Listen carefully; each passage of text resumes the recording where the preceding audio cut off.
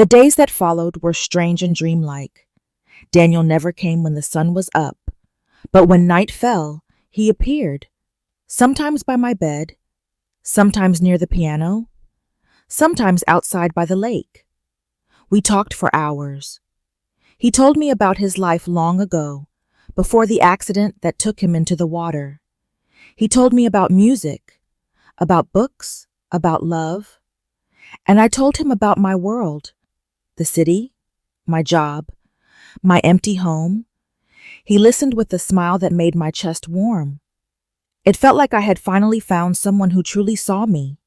But not all nights were calm. Sometimes the house groaned and shook, as if something dark walked through it. Daniel warned me never to open the door after midnight, no matter what I heard.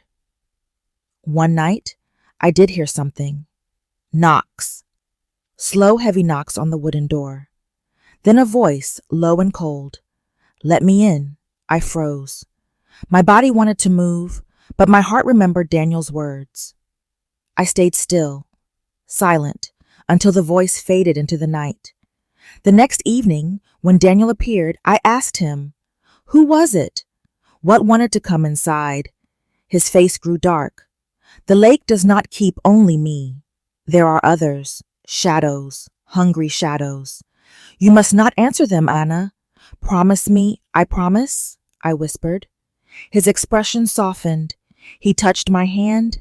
I could not really feel his skin. It was cold, almost like mist.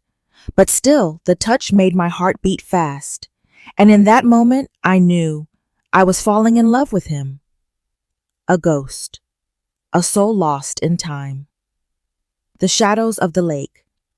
The nights with Daniel became my whole world. I waited for the sun to go down, just to see him appear in the quiet rooms of the old house. He told me stories about his past, about the music he once played, about the girl he once loved. But each time he spoke of her, his eyes grew sad. I wanted to ask more, but something in me was afraid of the answer. One evening, we sat near the piano. He touched the keys, and though his fingers were thin as shadows, soft notes filled the air. It was the saddest melody I had ever heard, but also the most beautiful. I closed my eyes and listened, and when I opened them again, I found him looking at me with a strange light in his eyes. Why do you stay, Anna? He asked quietly. Why are you not afraid? I thought about it. The truth was simple, because I feel less alone with you. For a moment he only looked at me. Then he whispered, I feel the same. But not every night was soft. Sometimes the house felt colder, darker, like something unseen was watching us. One night, as Daniel and I stood by the window, I saw movement near the lake. Shapes, tall and twisted, walked slowly out of the water. My breath caught. Daniel, I whispered, what are they? His face turned hard. Do not look at them. Do not speak to them. The figures stood by the shore, black against the silver moonlight. I counted 3, maybe 4. They did not move closer, but I felt their eyes on me. My skin burned with fear. Then slowly, they sank back into the lake, leaving the surface calm once more. That night, I could not sleep. I asked him, are they like you? No, he said sharply. They are worse. They are not souls. They are hunger. They are what is left when hope is gone. I shivered. Days passed. Each night, Daniel returned. Each night, the bond between us grew stronger. I could almost feel his emotions, even when he did not speak. Sometimes I thought I heard his voice in my dreams, calling my name, like a soft thread pulling me deeper into his world. One evening, when I walked to the lake alone, I saw something white on the sand. It was a rose, just like the one that had appeared on my pillow. I bent to pick it up, and in that moment, the water rippled. I looked up and saw Daniel standing on the other side of the lake. His figure was pale in the moonlight.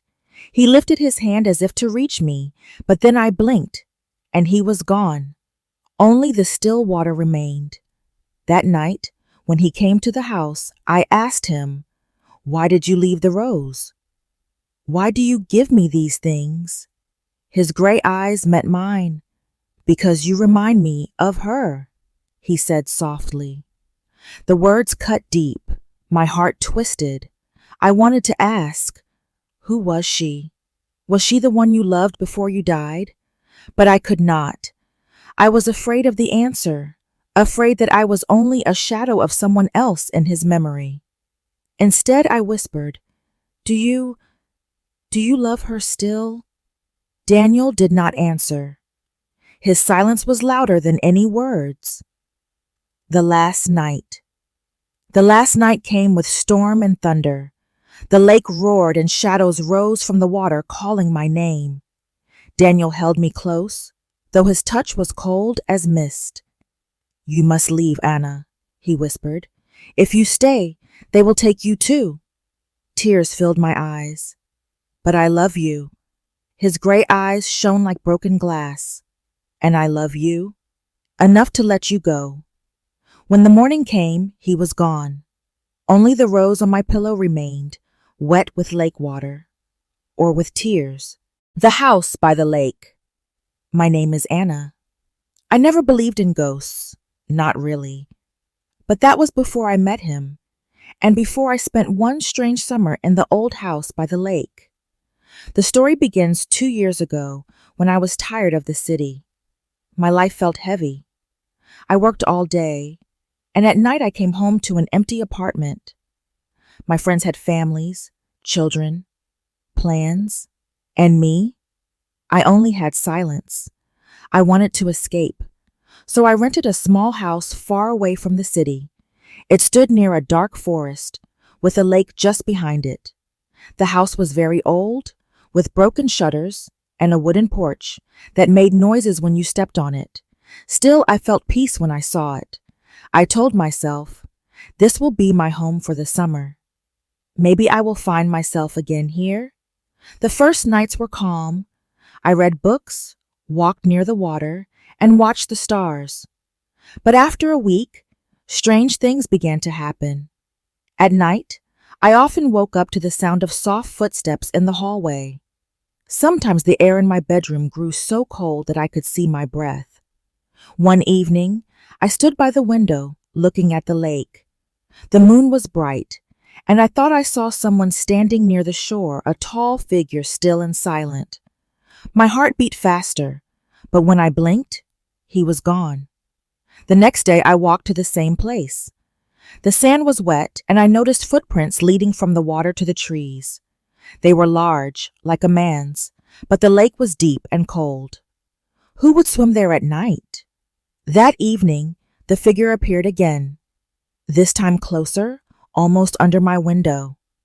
I was afraid, but something inside me also felt drawn to him. His face was pale, his eyes full of sadness. He looked at me as if he wanted to speak, but no words came. Then, like smoke, he disappeared into the night. I could not sleep. I kept thinking of him. Who was he? A ghost? A dream?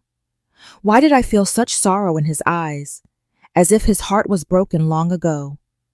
The next days brought more strange signs. A book fell from the shelf by itself. The old piano in the corner played 2 soft notes when no one touched it. And one morning, I woke to find a single white rose on my pillow. I should have run away. Any normal person would have left the house. But something deep inside told me to stay. I felt that the figure, the man, was not dangerous. He was lonely, just like me. On the 7th night, I heard a whisper, very soft, almost like the wind. My name, Anna. I froze.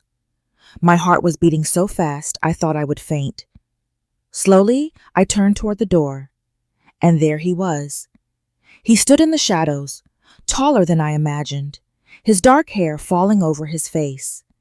His eyes shone like the lake under the moonlight. He whispered again, Anna.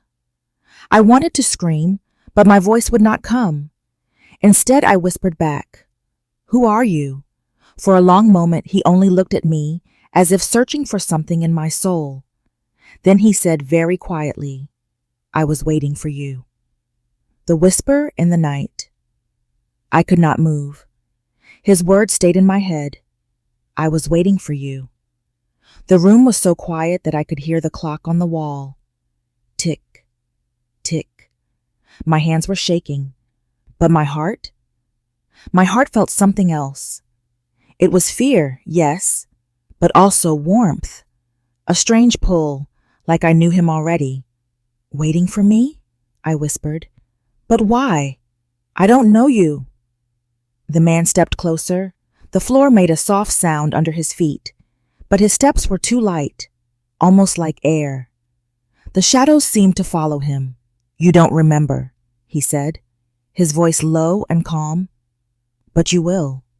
I felt cold, yet I could not look away from his face. He was young, maybe only a few years older than me. His skin was pale, almost like light itself. His eyes were deep gray, and when they touched mine, I felt both sadness and comfort. I don't understand," I said. "Who are you?" "My name is Daniel," he answered, "and I am bound to this house, to the lake, to the forest. I cannot leave." The silence grew heavy. My throat was dry. "Bound? You mean you're not alive?" Daniel smiled, but it was not a happy smile. It was soft, broken. "Not in the way you are. My body sleeps in the dark water of the lake. But my soul?" He touched his chest. "My soul walks here, waiting, watching." A chill went through me, but I did not run. Instead, I whispered, "Why me?" His eyes grew darker, as if he carried a storm inside. "Because you are the first to hear me, the first to see me. For so many years, no one did I look down at my hands." My heart hurt. His loneliness felt almost the same as mine. I could understand it. The silence of empty nights, the wish to be seen, the hope for love. "Anna," he said softly, "will you stay?" I should have said no. I should have left that very night, gone back to the city, forgotten the house by the lake. But I didn't. I looked at him, at his sad, beautiful face, and I said the words that changed everything. "Yes, I will stay."